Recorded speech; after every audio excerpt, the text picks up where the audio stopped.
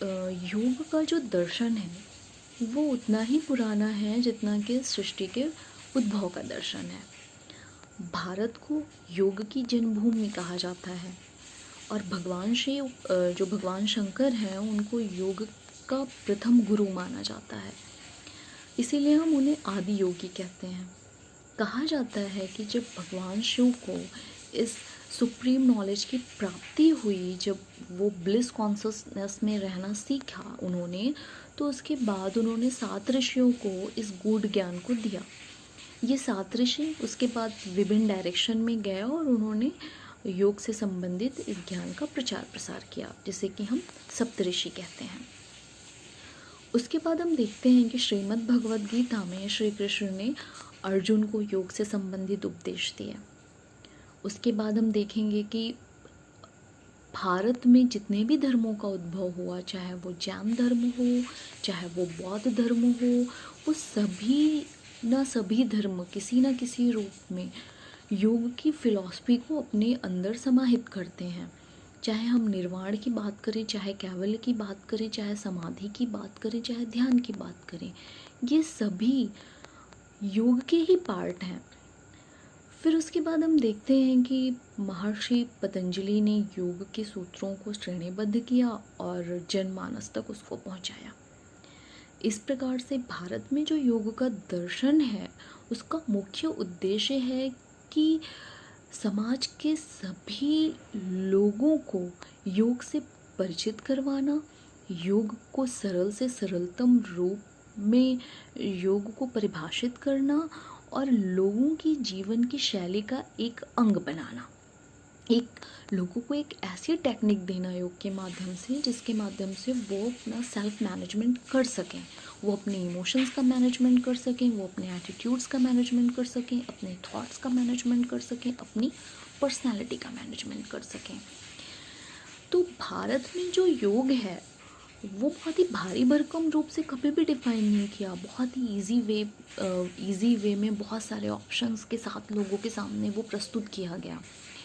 वो तो भारत की विडंबना है कि बाद में आने वाली जो पीढ़ियां हैं उन्होंने योग को बहुत ही अलग तरीके से उन्होंने उसकी डेफिनेशन दी, जिससे कि योग का मतलब जानना लोगों के लिए बड़ा ही दुष्कर हो गया और लोग इससे दूर होते चले गए।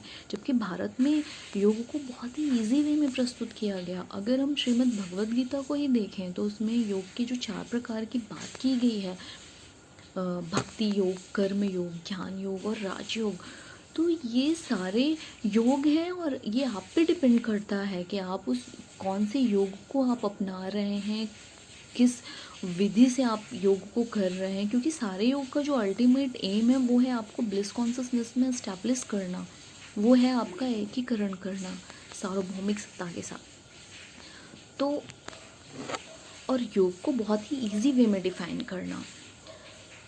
अगर हम योग की परिभाषा की बात करें तो अगर बहुत ही मोटे मोटे अर्थ में भी उसकी परिभाषा को समझने की कोशिश करें तो बड़े ही सीधी सी बात है कि जब एक चीज़ के साथ दूसरी चीज़ जुड़ती है तो हम उसको योग कहते हैं। यहाँ पर भी योग का शाब्दिक अर्थ वही है कि योग संस्कृत भाषा की युज धातु से लिया गया है, जिसका मतलब होता है जोड़ना। अर्थात जब व्यक्तिगत चेतना वैश्विक चेतना के साथ जुड़ जाती है तो उसको हम योग कहते हैं। यानी कि जब इंडिविजुअल कॉन्शसनेस का विलय यूनिवर्सल कॉन्शसनेस के साथ हो जाता है तो उसे ही योग के रूप में भारतीय दर्शन में डिफाइन किया गया है। और महर्षि पतंजलि ने जो योग की डिफिनेशन दी है, अगर उसके बेस पे भी हम योग को डिफाइन करें, जैसे कि वो कहते हैं कि योगा चित्तवृत्ति निरोधा, अर्थात कि चित्त की वृत्तियों को रोकने का नाम ही योग है। तो यहाँ पर उनका यही कहना है कि जो माइंड का फ्लक्चुएशंस है, जो माइंड बाह्य जगत की हौच-पौच में फंसा है, उसको रोक करके उसको एक ऐसी टेक्निक देना जिससे कि वो इनसाइड जा सकें, वही योग है। और फिर हम देखते हैं कि श्रीमद् भगवद गीता में श्री कृष्ण कहते हैं कि योगा कर्मसु कौशलम, अर्थात कि जो हमारे निर्धारित कर्तव्य हैं उनको एक एक्सीलेंस मैनर में करने का जो तरीका है वो योग है। तो इस प्रकार से तो ये योग की परिभाषा हो गई। अब जब हम वर्तमान समय में हम योग की जो बात करते हैं, जो वैश्विक परिदृश्य में जिसे आज योगा के नाम से जाना जाता है, तो अष्टांग योग की बात तो हम सभी सुने हैं। अष्टांग योग का नाम उसमें हम सभी लोगों ने सुना हुआ है, जिसे कि महर्षि पतंजलि जिसके प्रवर्तक हैं। तो अभी जो मैंने ऊपर बात कही कि जो श्रीमद् भगवद गीता में 4 तरीके के योग बताए गए हैं, भक्ति योग, कर्म योग, ज्ञान योग और राजयोग, तो अष्टांग योग राजयोग का एक पार्ट है। और अष्टांग योग का तात्पर्य है कि योग के 8 अंग। इसमें है यम, नियम, आसन, प्राणायाम, प्रत्याहार, धारणा, ध्यान और समाधि। यहाँ पर यम से तात्पर्य है मोरल वैल्यूज़, ऐसी मोरल वैल्यूज़ जो कि हम जैन और बौद्ध धर्म में भी देखते हैं, जैसे कि सत्य, अहिंसा, अस्तेय, अपरिग्रह और ब्रह्मचर्य। नियम का तात्पर्य है कि जो हमारी हैबिट्स हैं, हमारे लॉज हैं, वो ऐसे डेवलप करना जो जिससे हमारा अधिक से अधिकतम कल्याण हो सके। फिर हम आसन की बात करते हैं, तो आसन तो वही हैं जो जिनको हम आज योग के रूप में डिफ़ाइन कर रहे हैं। बेसिकली हम आसन को ही डिफ़ाइन कर रहे हैं, तो वही है आसन। फिर है प्राणायाम जैसा कि शब्द से ही जाहिर है कि प्राणों का व्यायाम, वही है प्राणायाम। फिर प्रत्याहार मतलब है कि इंद्रियों को आसक्त होने से रोकना या इंद्रियों पे नियंत्रण इस्टेब्लिश करना, ये हो गया प्रत्याहार। धारणा यानी कि कंसंट्रेशन को बढ़ाना। ध्यान का तात्पर्य है कि जो फाइनर स्टेजेस ऑफ कॉन्शसनेस है या हायर स्टेजेस ऑफ कॉन्शसनेस है, उसको फील करना। और फिर उसके बाद आता है समाधि जो है वो है योग का अल्टीमेट गोल, जहाँ पर व्यक्तिगत चेतना का वैश्विक चेतना के साथ विलय हो रहा है, वो होती है हमारी समाधि की स्टेज।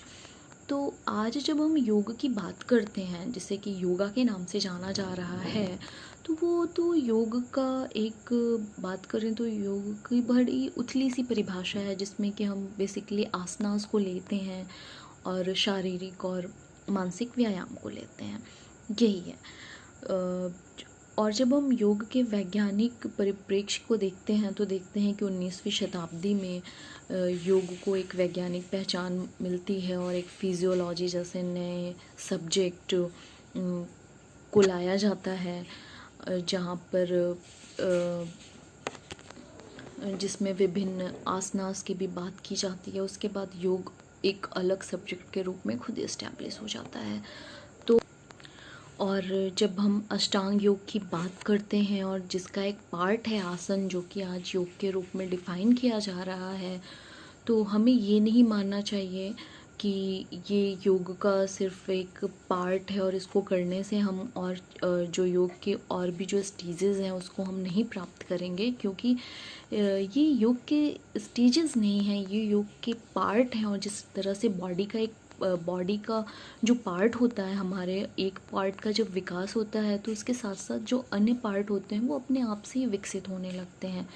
तो इस तरीके से अगर हम योग का कोई भी पार्ट है उसको अगर हम अपनी डेली लाइफ का हिस्सा बना रहे हैं, उसका अभ्यास कर रहे हैं, तो जाहिर सी बात है कि जो अन्य पार्ट हैं योग के, वो अपने आप ही डेवलप होने लगेंगे।